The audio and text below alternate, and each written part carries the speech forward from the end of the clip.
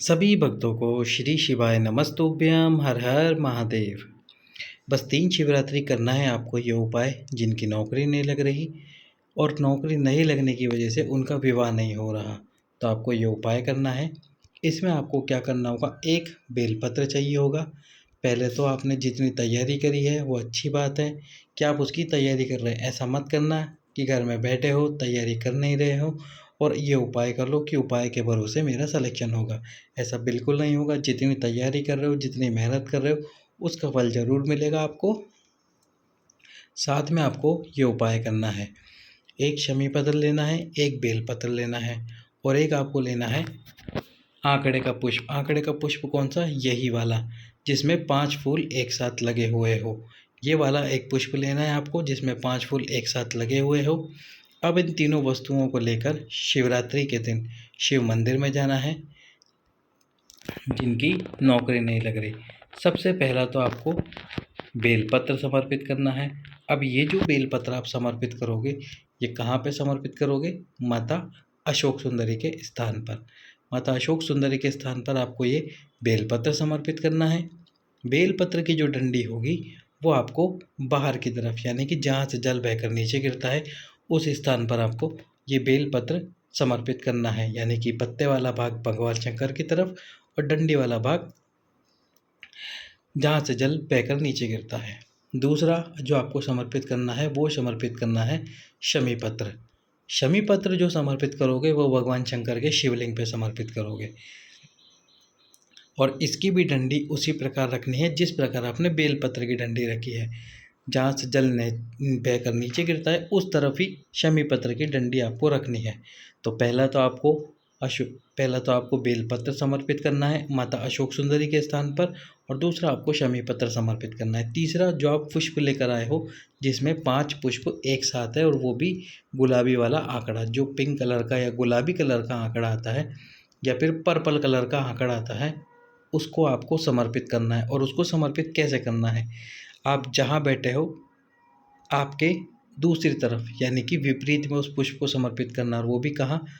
माता पार्वती का जो हस्तकमल है, माता पार्वती का जो हस्तकमल है उस पर समर्पित करना। अब जैसे आप भगवान शंकर के शिवलिंग के सामने बैठे हो तो ये शिवलिंग के जो पीछे वाला भाग है, ये माता पार्वती का जो हस्तकमल, ये पीछे वाला भाग जो होगा शिवलिंग का, वहाँ समर्पित कर देना। अगर आप इस तरफ बैठे हो, जैसे कि आप इस तरफ बैठे हो, तो यहाँ पर आपको वो पुष्प समर्पित करना है।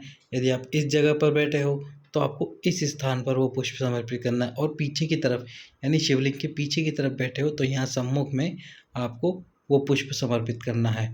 जहाँ भी बैठे हो आपके सामने जो शिवलिंग है तो शिवलिंग के पीछे वाले भाग पर आपको वो पुष्प समर्पित करना है। एक बार फिर से समझ लीजिए, जैसे कि आप इस स्थान पर यानी कि यहाँ पर बैठे हो, गणेश जी के पीछे की तरफ से पूजा कर रहे हो, तो यहाँ से पूजा कर रहे हो तो ये जो स्थान है ये शिवलिंग हो गया और इस शिवलिंग के विपरीत पीछे वाला स्थान, इस स्थान पर पुष्प समर्पित करना है।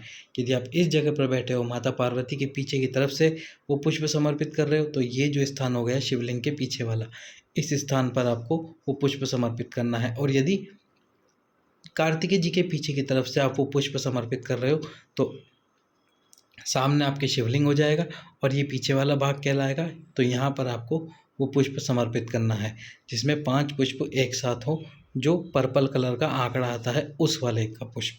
तो ये पुष्प समर्पित करना है, 3 शिवरात्रि करना है। अब एक बात का ध्यान रखें, जो आप पुष्प समर्पित करोगे और जो शमी पत्र समर्पित करोगे उनको तो वहीं छोड़ देना है। और यहाँ पे जो आपने बेलपत्र समर्पित कर रखा है, इस बेलपत्र को उठाना है और उठाकर एक कटोरी में, जहाँ आप बैठकर पढ़ाई करते हो, जिस कमरे में बैठकर पढ़ाई करते हो उस कमरे के अंदर इस बेलपत्र को कटोरी में रख लेना है। फिर अगली शिवरात्रि जाओगे उपाय करने, सेम ऐसे ही उपाय करना है। फिर से ये बेलपत्र को उठाकर लेके आना। जिस कटोरी में आपने पहले बेलपत्र रखा था उसी कटोरी में दूसरा बेलपत्र भी ला के रख लो। फिर तीसरी शिवरात्रि को उपाय करने जाओ, तीसरी शिवरात्रि को भी यही करना है। जिस बेलपत्र में आपने इसी प्रकार से बेलपत्र, शमी पत्र और पुष्प समर्पित करना है। फिर बेलपत्र उठा के लाना है और जो 2 बेलपत्र एक साथ रख रखे हैं उसी कटोरी में तीसरा बेलपत्र ला के रख देना है। जब आपकी नौकरी लग जाए, एकदम पक्की हो जाए कि आपके पास जॉइनिंग लेटर आ गया है, तब आपको ये तीनों बेलपत्र, जैसे आपके पास में जॉइनिंग लेटर आ गया तो अब आपको ये तीनों बेलपत्र क्या करने हैं? लेकर आने हैं और भगवान शंकर के शिवलिंग के ऊपर समर्पित कर देने हैं। तब तक अपने पास में ही रखना इन तीनों बेलपत्र को। तो इस प्रकार ये उपाय करना है। अब जिनका विवाह नहीं हो पा रहा है वह ये उपाय कैसे करे? जिनका विवाह नहीं हो पा रहा है वह बेलपत्री के वृक्ष के नीचे जाएं। सबसे पहले तो जो तीनों वस्तुएं यानी कि बेलपत्र, शमी पत्र और जो आक का पुष्प है, आक का पुष्प आपको यही वाला लेना है। कौन सा वाला? ये जो पर्पल कलर का आक का पुष्प आता है, यही पर्पल कलर वाला आक का पुष्प लेना है। इन तीनों को अपने हाथ में रखना है और बेलपत्री के वृक्ष के नीचे समर्पित कर देना है।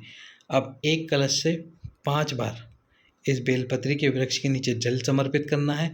एक ही कलश से 5 बार करना है। 5 कलश जल समर्पित मत करना। एक कलश से 5 बार, एक बार डाला, दूसरी बार डाला, तीसरी बार डाला, चौथी बार डाला, 5वीं बार डाला। फिर इस बेलपत्र की आपको 7 परिक्रमाएं करनी है। 7 परिक्रमा करने के बाद में हाथ जोड़कर प्रणाम कीजिए और ये आंकड़े का पुष्प और बेलपत्र इन दोनों को वहाँ से उठाकर लेकर आ जाइए। दोनों को लेकर आइए और जो आपके पूजन वाला स्थान है वहाँ पर एक कटोरी में रख दीजिए। प्रतिदिन इनकी पूजा कीजिए। 3 महीने के अंदर अंदर आपका विवाह निश्चित हो जाएगा। बस ये आपको एक ही दिन करना है।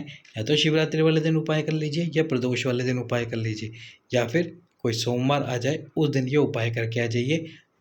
ये उपाय विवाह के लिए सोमवार, प्रदोष या शिवरात्रि वाले दिन करना है। और जो अपनी नौकरी के लिए कर रहे हैं उनको ये उपाय शिवरात्रि वाले दिन ही करना है। सभी भक्तों को श्री शिवाय नमस्तुभ्यम। हर हर